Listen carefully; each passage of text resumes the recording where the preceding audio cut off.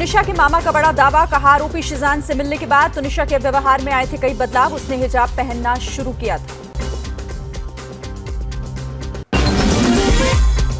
Tunisha case में police आज दर्ज करेगी तुनिशा के मामा पवन शर्मा का बयान। पुलिस इंग्लैंड में रहने वाली तुनिशा की मौसी और 2 ड्राइवर्स के भी बयान दर्ज करेगी। तुनिशा की मां का बयान, 15 दिन पहले तुनिशा काफी रो रही थी। पूछने पर उसने बताया कि शिजान मोहम्मद ने उससे ब्रेकअप कर लिया है, अब वो किसी और लड़की के साथ है, मेरे साथ नहीं रहना चाहता। 24 साल की टीवी अभिनेत्री तुनिशा ने शनिवार को पालघर के वसई में शूटिंग के दौरान लगा ली थी फांसी। कपड़े की गर्म पट्टी को फांसी का फंदा बनाकर जान दी।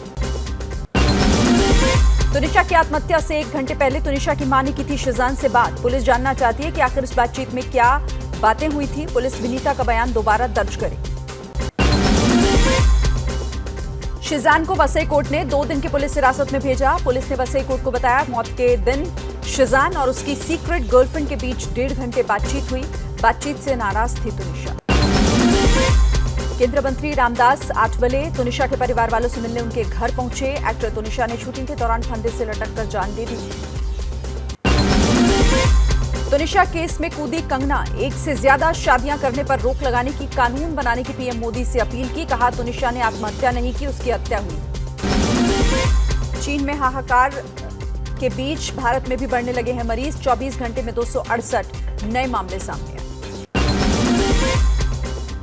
भारत में चीन जैसी कोरोना की लहर आने की हालत में अचानक तेजी से बढ़ेगी मरीजों की तादाद, लेकिन एडमिट होने की जरूरत कम पड़ेगी, स्वास्थ्य मंत्रालय का दावा। बेंगलुरु में विदेश से आए 3 यात्री कोरोना पॉजिटिव मिले। अबू धाबी, हांगकांग और दुबई से आए थे ये तीनों यात्री। पिछले 24 घंटे में मुंबई में 2 विदेश से लौटे यात्री पाए गए कोरोना पॉजिटिव। दोनों के सैंपल जीनोम सीक्वेंसिंग के लिए भेजे गए। आगरा के ताजमहल घूमने आया अर्जेंटीना का नागरिक निकला कोरोना पॉजिटिव। फोटो के आधार पर ली जा रही है तलाश। कोरोना के खतरे पर उत्तराखंड सरकार का बड़ा फैसला, सभी सरकारी और निजी स्कूलों में मास्क को अनिवार्य कर दिया गया है। कोरोना के नए वेरिएंट BF7 को लेकर जनवरी का महीना होगा अहम, स्वास्थ्य मंत्रालय के सूत्रों का दावा।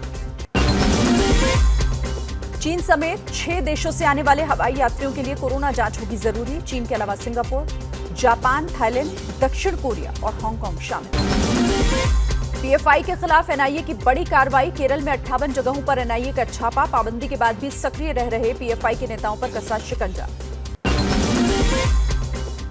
अब किसी दूसरे राज्य में या शहर में रह रहे वोटर भी अपना वोट कास्ट कर पाएंगे। चुनाव आयोग ने रिमोट वोटिंग की सुविधा देने पर काम शुरू किया। बिहार के बोधगया में बौद्ध धर्मगुरु दलाई लामा के प्रवचन के दौरान एक चीनी महिला जासूस को देखा गया। बिहार पुलिस ने महिला जासूस का स्केच जारी किया। उज्बेकिस्तान में कफ सिरप पीने से 18 बच्चों की मौत। नोएडा की दवा बनाने वाली कंपनी ने सप्लाई की थी दवा, जांच में पाई गई गड़बड़ी। पैसेंजर्स का डेटा लीक होने पर IRCTC की सफाई। कहा रेलवे बोर्ड की ओर से अलर्ट दिया गया था, लेकिन जांच में सर्वर से कोई डेटा ब्रीच नहीं पाया गया। साल 2021 में देश में हुई 4,12,000 सड़क हादसे। इन हादसों में 1,54,000 के करीब लोगों की जान गई। यूपी के कानपुर देहात में घने कोहरे की वजह से हादसा। अनियंत्रित कार नाले में गिरी, कार सवारों को बचाया गया, लेकिन पानी ज्यादा होने से कार डूबी।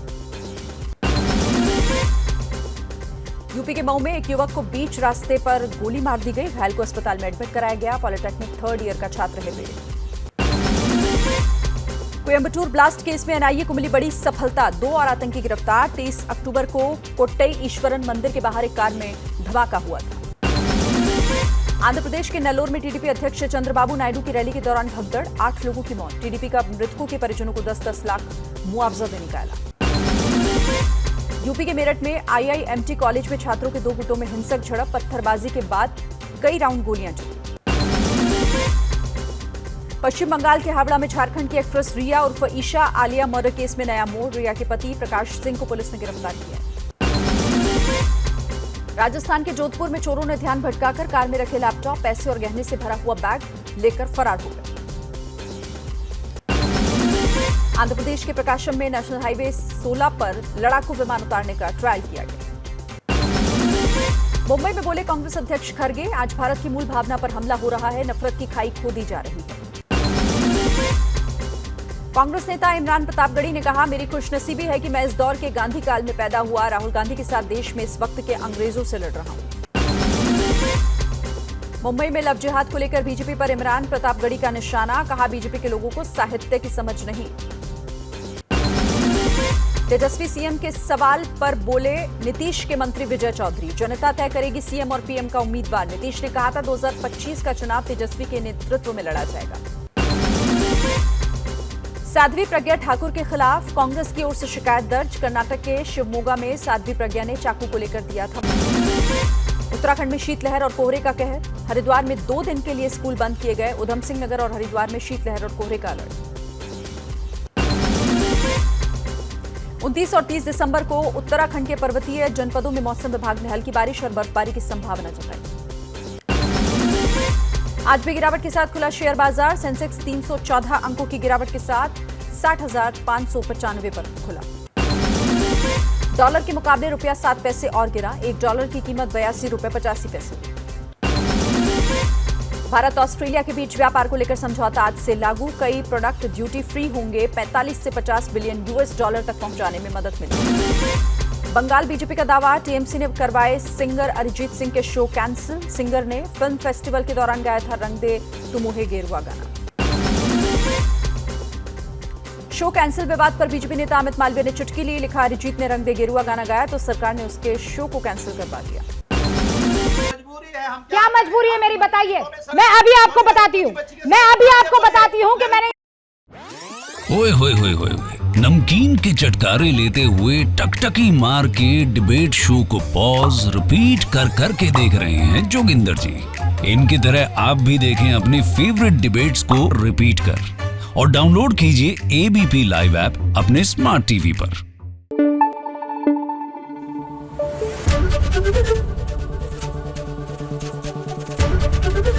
एबीपी न्यूज आपको रखे आगे।